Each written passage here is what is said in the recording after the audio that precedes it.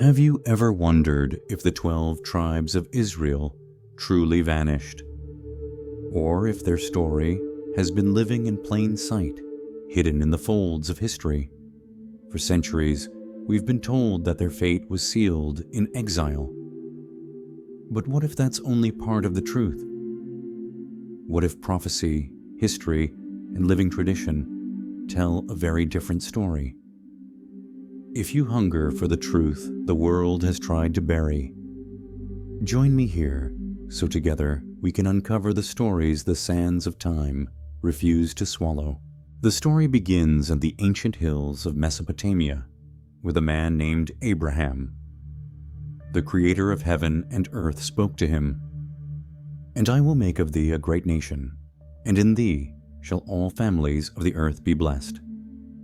Genesis 12:2-3. This was not a casual promise. It was an eternal covenant, passed from Abraham to his son Isaac, and from Isaac to Jacob. After wrestling with God through the night, Jacob received a new name, Israel, one who strives with God. From Jacob came 12 sons: Reuben, Simeon, Levi, Judah, Dan, Naphtali, Gad, Asher, Issachar, Zebulun, Joseph, and Benjamin. Each became the patriarch of a tribe, forming a single nation, bound by covenant, law, and worship. For a time, they dwelled together in the land promised to their fathers. But unity would not last. After the days of King Solomon, the kingdom split in two. The northern kingdom, called Israel, made up of 10 tribes. The southern kingdom, called Judah, home to the tribes of Judah and Benjamin, with Levi's priests serving in the temple. The prophets warned that if the people turned away from God's commandments, judgment would follow. And so it did. In 722 BC, the Assyrian Empire swept into the northern kingdom, capturing the 10 tribes and scattering them across foreign lands. These became known as the Lost Tribes. In 586 BC, Babylon conquered the southern kingdom, destroyed Jerusalem's temple, and carried its people into exile. Though some returned decades later, many did not. From this point, the story of the 12 tribes moves into shadow. Some remained in the land under foreign rule. Others migrated into surrounding nations, and many vanished from the historical record, at least in the way empire wanted history to be told. But prophecy had already spoken.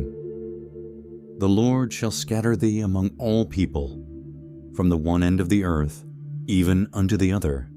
Deuteronomy 28-64. This scattering was not a random accident. It was a divine fulfillment. The tribes were dispersed, their names changed, their customs suppressed. But the covenant was never revoked. Imagine it. An Israelite merchant in a bustling Egyptian port, still whispering the Shema in the marketplace. A family in a far-off village, lighting Sabbath lamps in secret while their neighbors worship other gods. A Levite priest forced to work in a foreign king's court, yet still teaching the law to his children in a language no one else around them understands. For centuries, empires have rewritten the record. The conqueror's version says the tribes vanished, but scrolls, oral traditions, and scattered customs tell a different story. And if we follow those threads through the Bible, archaeology, and living cultures, we begin to see the truth. The 12 tribes of Israel are not gone. They have been preserved, scattered across nations, waiting for the time of remembrance. This is the beginning of their complete story. From Abraham's covenant to the division of the kingdom, from exile to the far corners of the earth, we will trace their journey. And as we do, the question will not just be, where did they go? But what does their survival mean for us today? If the names and faces of God's chosen were replaced for centuries, How much of what we call history is truly ours, and how much belongs to someone else? The sun was just beginning to rise over the hills of Samaria when the sound of war reached the gates. It began like a distant storm, low, rolling, relentless. But it was not thunder. It was the march of the Assyrian army. Iron met stone as chariot wheels clattered over the road, their bronze rims glinting in the first light. Above them, banners of crimson and black snapped in the wind, each bearing the winged emblem of an empire that feared no rival. For years the prophets had warned the northern kingdom, "If you will not hear, my soul shall weep in secret for your pride." Jeremiah 13:17. But the words were drowned out by politics, alliances, and the comfortable lie that the covenant made them untouchable. Now, the lie was burning in the breath of the invaders. The walls of Israel's cities groaned under the impact of battering rams. Archers on the ramparts loosed their last volleys before being cut down. Families huddled in their homes, clutching children, while the streets ran with the chaos of surrender. One by one, the gates fell. The Assyrians were not conquerors who merely took territory. They erased nations. Their strategy was surgical: shatter the military, dismantle leadership, strip the people from their land, and scatter them so far they could never rise again. The 10 tribes of the northern kingdom were bound in chains, driven across deserts and mountains to foreign lands they had never seen. Men were marched until their feet bled. Women carried infants until their arms gave out. At night, under foreign stars, the song of Zion were whispered so softly they were barely more than breath. It was not a single battle. It was the beginning of disappearance. By the time the dust of war settled, the northern kingdom existed only in memory. More than a century later, the southern kingdom of Judah faced its own reckoning. Babylon's armies descended like locusts, darkening the horizon with shields and spears. Nebuchadnezzar, the king of kings, had set his eyes on Jerusalem, not for her fields or her gold, but for her heart.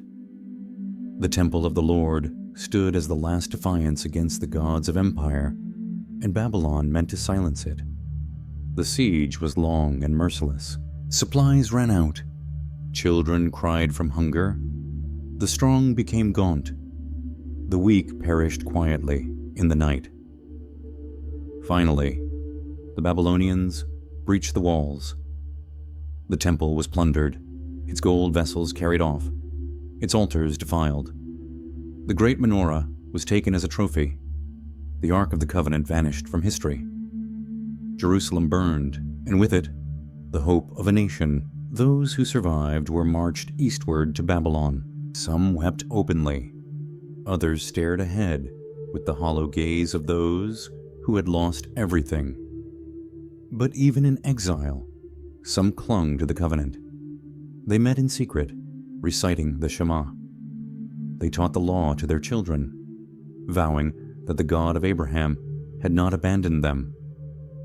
From this point, the 12 tribes were scattered.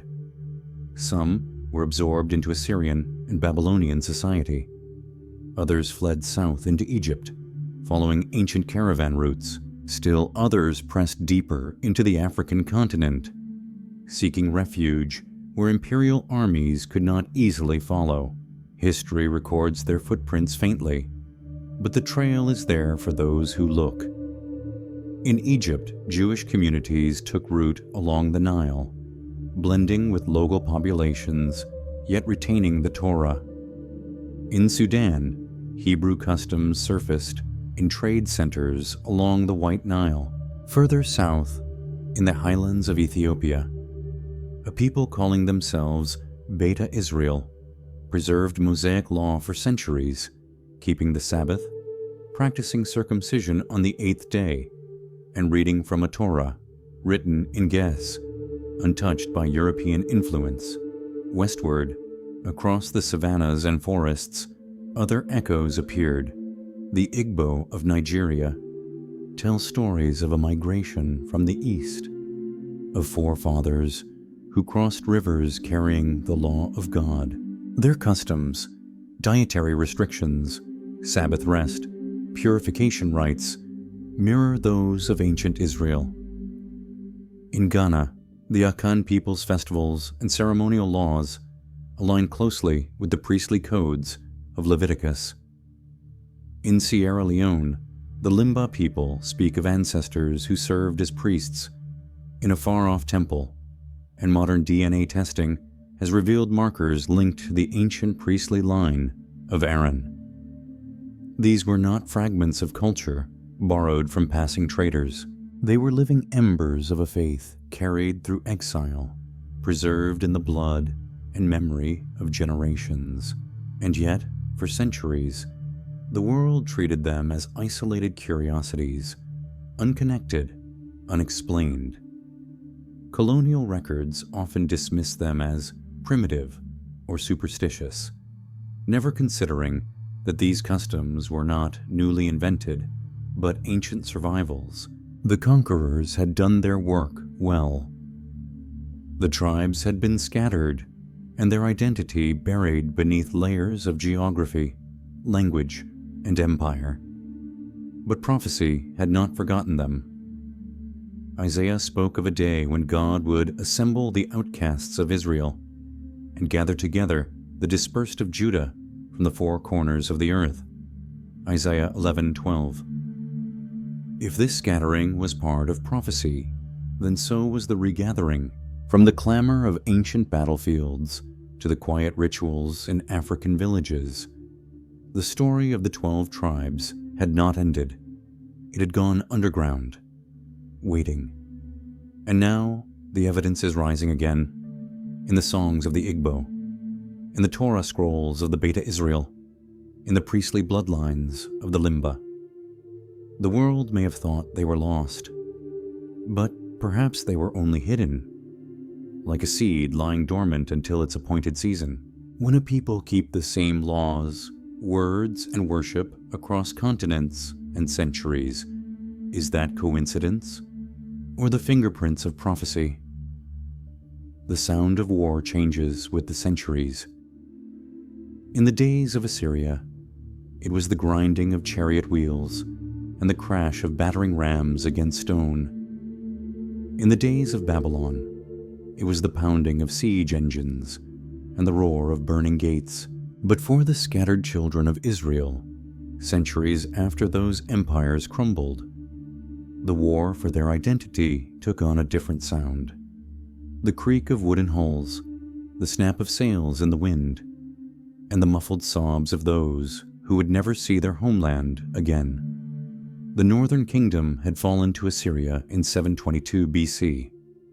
The southern kingdom, Judah, had been crushed by Babylon in 586 BC. Many survivors fled south, seeking refuge in Egypt, Nubia, Kush, following ancient caravan routes into the heart of Africa. There they mingled with local peoples, built villages, and continued to keep the law. Circumcision on the 8th day, Sabbath rest, purification rites. Some formed communities like the Beta Israel of Ethiopia, who preserved the Torah in the Gaz language for centuries without European influence. Others were among the Igbo of Nigeria, the Akan of Ghana, the Limba of Sierra Leone, tribes whose customs still echo ancient Hebrew law. For generations they lived quietly, away from the armies of the Mediterranean. But the Bible's words had not yet run their course.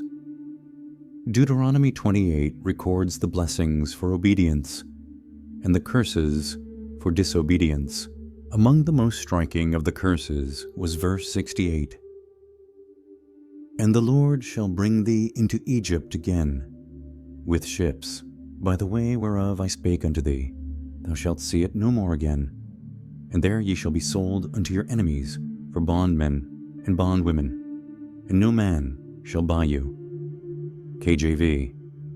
Egypt here was more than a place. To the Israelites, it was the memory of bondage, the brick pits, the whips, the cry for deliverance. Moses was saying, if the covenant is broken, you will return to that state of slavery, not by walking back to Egypt, but in ships.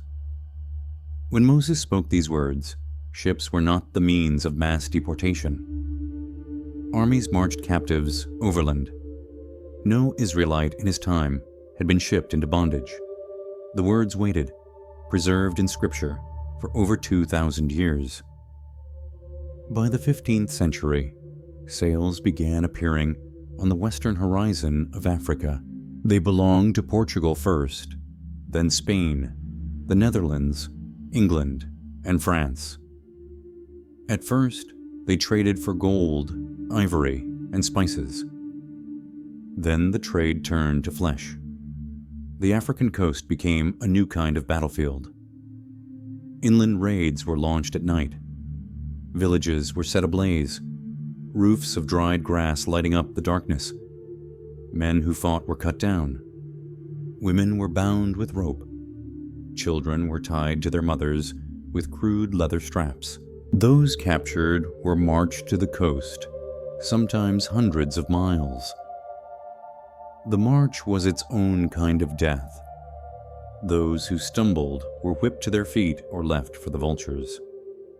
Upon reaching the coast, captives were herded into stone forts with narrow windows, the air thick with heat, sweat, and despair.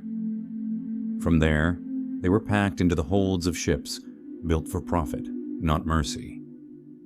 The Middle Passage, the voyage from Africa to the Americas, was a horror without equal. Below deck, bodies were chained side by side, unable to sit upright.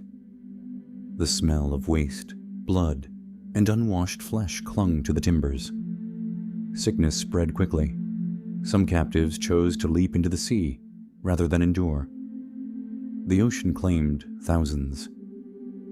Those who survived the voyage emerged weak, gaunt, and silent, their eyes telling the story their tongues could no longer speak.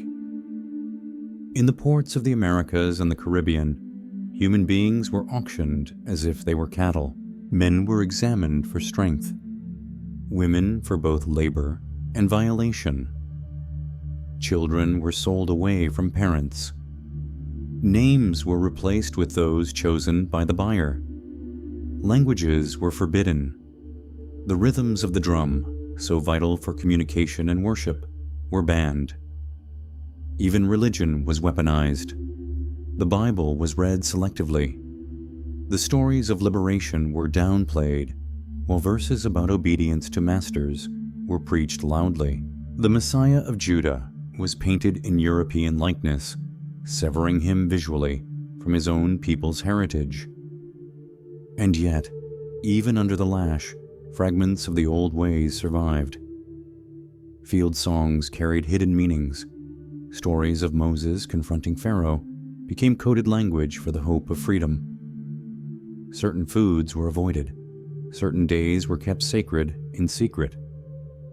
What could not be spoken openly was whispered at night or passed in riddles. Historically, the regions most targeted by the transatlantic slave trade were those with known Hebrew cultural traits: the Igbo of southeastern Nigeria, Sabbath rest, circumcision on the 8th day, and kosher-like food laws; the Akan of Ghana, purification rituals resembling Levitical codes; the Limba of Sierra Leone, oral traditions of priestly lineage, later supported by DNA markers linked to the ancient Levite line. These patterns were not the result of recent missionary influence. They predated European contact, preserved through centuries of oral tradition. When the slave traders came, these were among the people taken in chains, fulfilling the exact description Moses had given. Transported in ships, sold to enemies, and stripped of freedom. Ship manifests, port records, and colonial archives bear witness to what happened. Between the 16th and 19th centuries, millions were taken from Africa's west coast.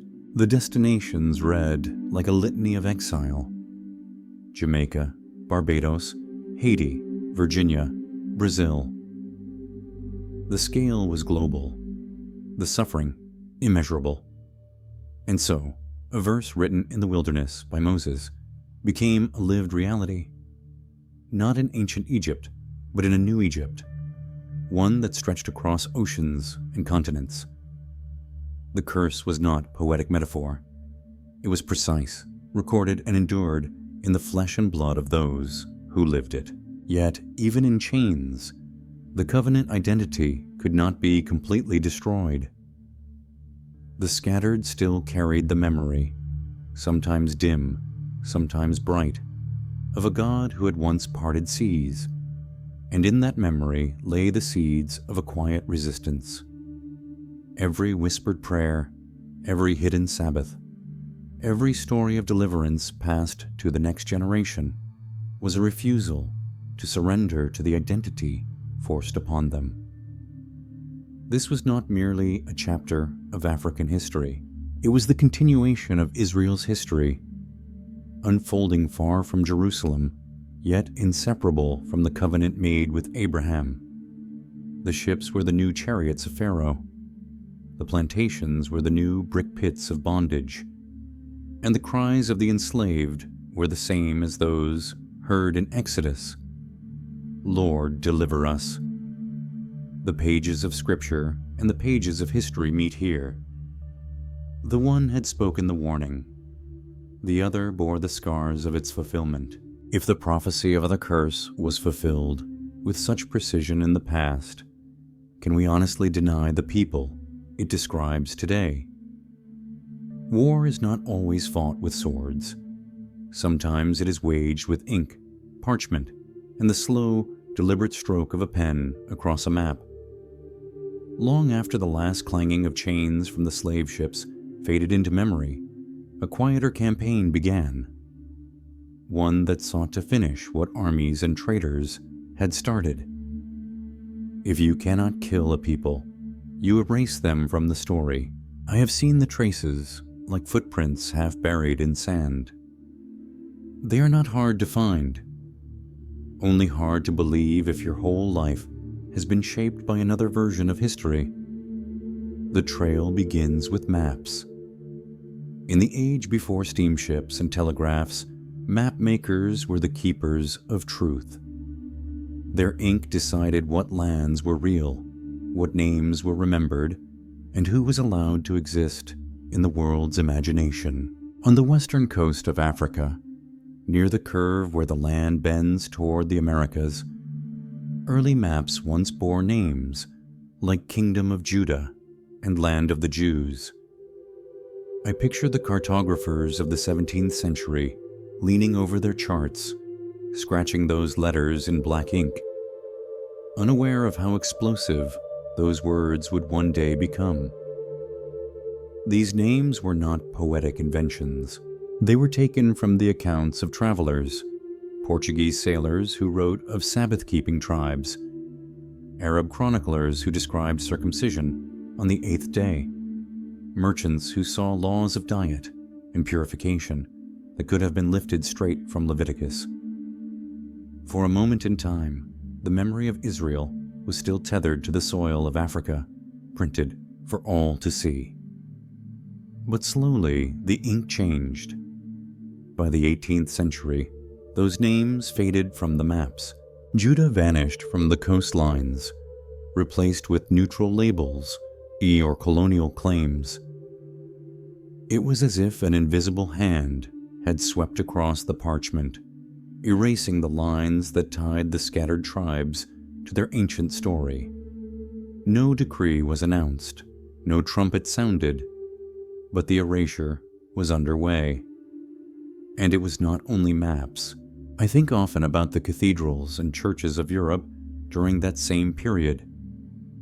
Inside, the walls bloomed with frescoes and oil paintings: David, Moses, Solomon, the Messiah himself, all rendered with pale skin, fine features, and the fashions of Europe. The Israelites of Scripture were recast in the image of the empire that now held the pen. For a child growing up under such images, it would be impossible to imagine that the chosen people could look any different. And for the scattered descendants living in Africa or the Americas, these paintings whispered a cruel suggestion: this is not your story. Missionaries arrived on African shores with Bibles in their hands and a certain version of its meaning in their hearts. They preached about salvation, but often omitted the parts about covenant, law, and the God who had rescued his people from slavery. They spoke much about obedience to masters, less about God's deliverance of the oppressed. In the plantations of the Caribbean and the American South, such sermons were tools of control. And yet, the traces refused to vanish. I have walked through villages in West Africa where elders still speak of forefathers who came from the East, carrying the law of God. In the markets, I have seen women wearing head coverings in patterns passed down through generations, not for fashion, but for reverence. In the mountains of Ethiopia, I have stood among the Beta Israel, keepers of the Torah in Gez, who never bent to Rome's traditions. Archaeology leaves its own witness. In southern Egypt, ruins of synagogues stand like silent sentinels, their stones warmed by centuries of sun. In Mali and Ghana, gold weights engraved with ancient Hebrew letters have been unearthed, mute, unshakable proof of a connection the history books hesitate to name. In Zimbabwe, stones carved with characters that resemble Paleo-Hebrew lie under the open sky, as if waiting for someone to read them again. Even blood carries testimony. Among the Limba people of Sierra Leone, scientists have found the Cohen modal haplotype, a genetic marker tied to the ancient priestly line of Aaron. The discovery did not surprise the elders, who had long told their children they descended from priests of Israel. It only confirmed what their stories had preserved for centuries. Language, too, refuses to forget. The Yoruba people of Nigeria call the Sabbath Oho Aiku, the day of no death, a concept in harmony with the Hebrew Shabbat. Their vocabulary holds echoes of Hebrew structure and sound, as if the tongue itself still remembers the prayers of the Torah. But this war for memory is not only about what remains, it is about the effort to bury it. Colonial governments often outlawed practices that smelled too strongly of the old ways. In slave-holding territories, wearing fringes, keeping the Sabbath, or speaking the ancestral tongue could invite punishment.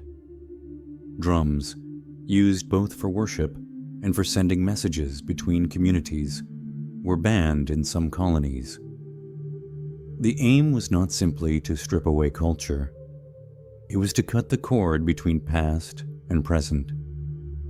If you forget who you are, the conqueror can tell you who to be.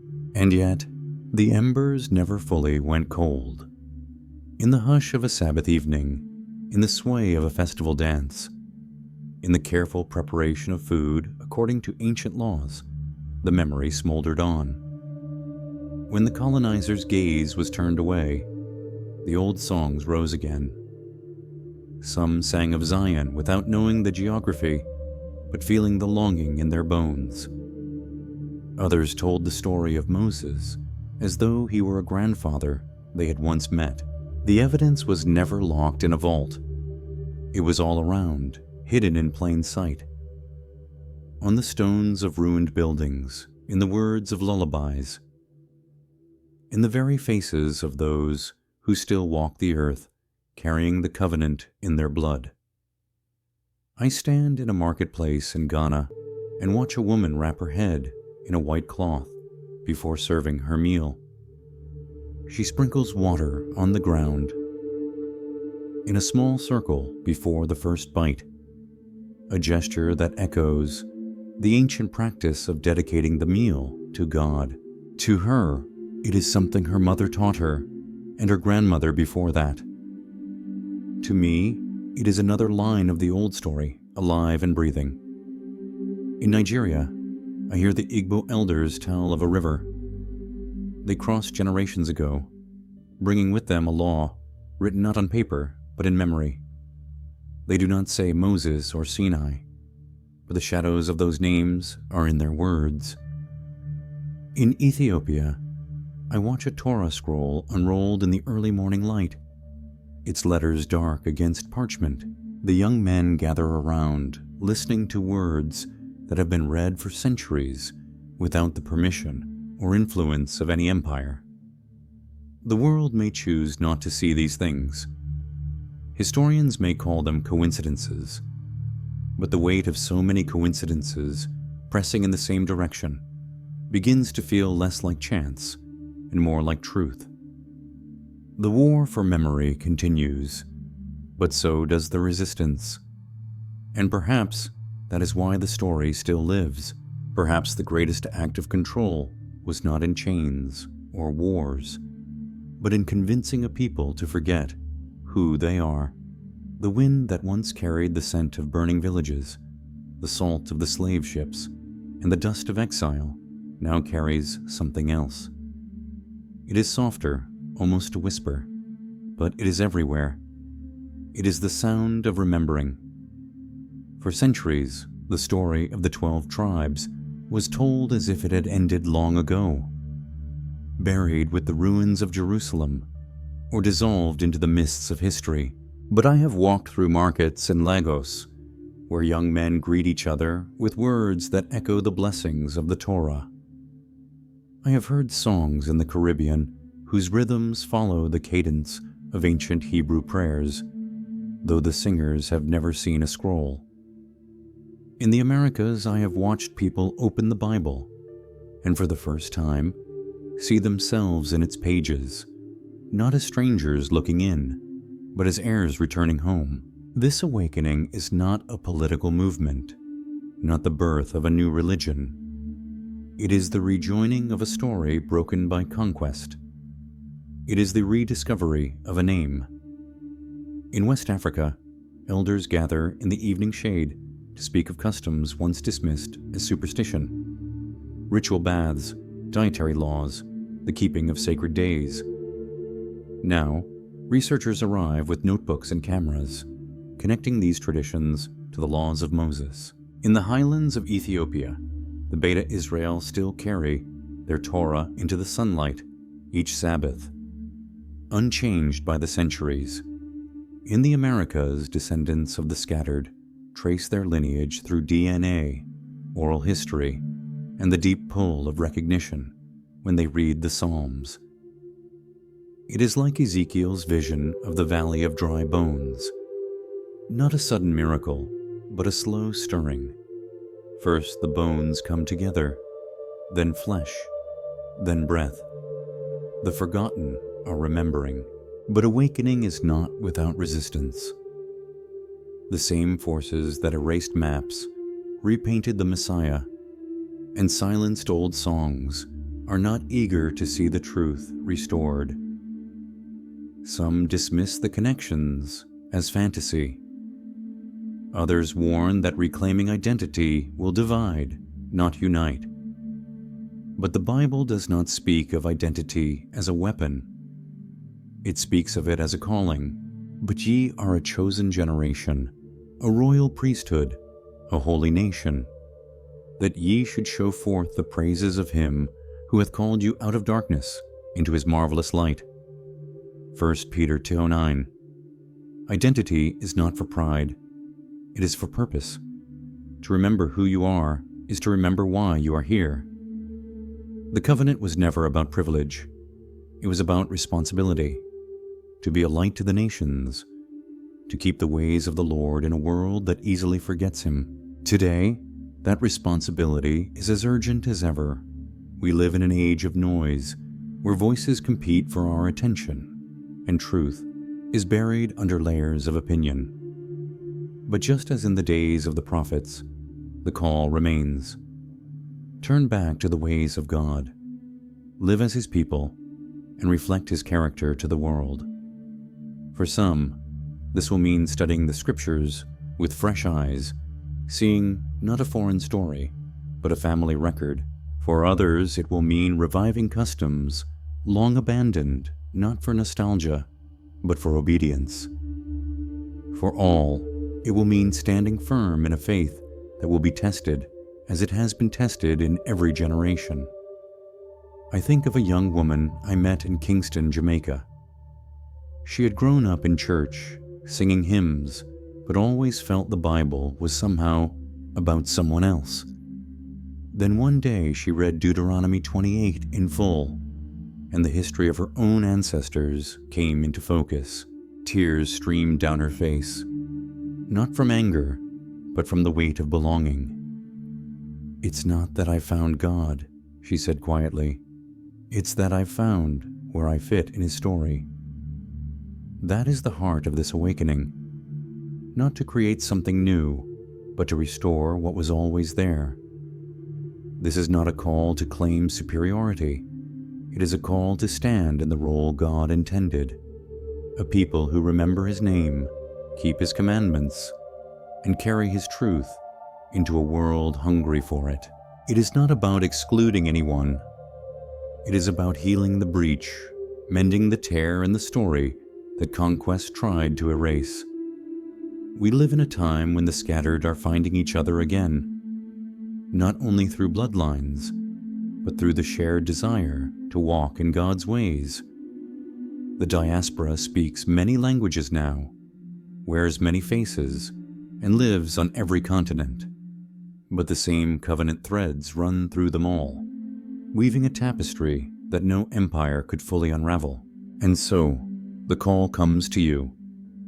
Not to a place first, but to an identity, to remember, to return, to take up the responsibility of the covenant, to live in such a way that the world sees the God of Abraham, Isaac, and Jacob through you.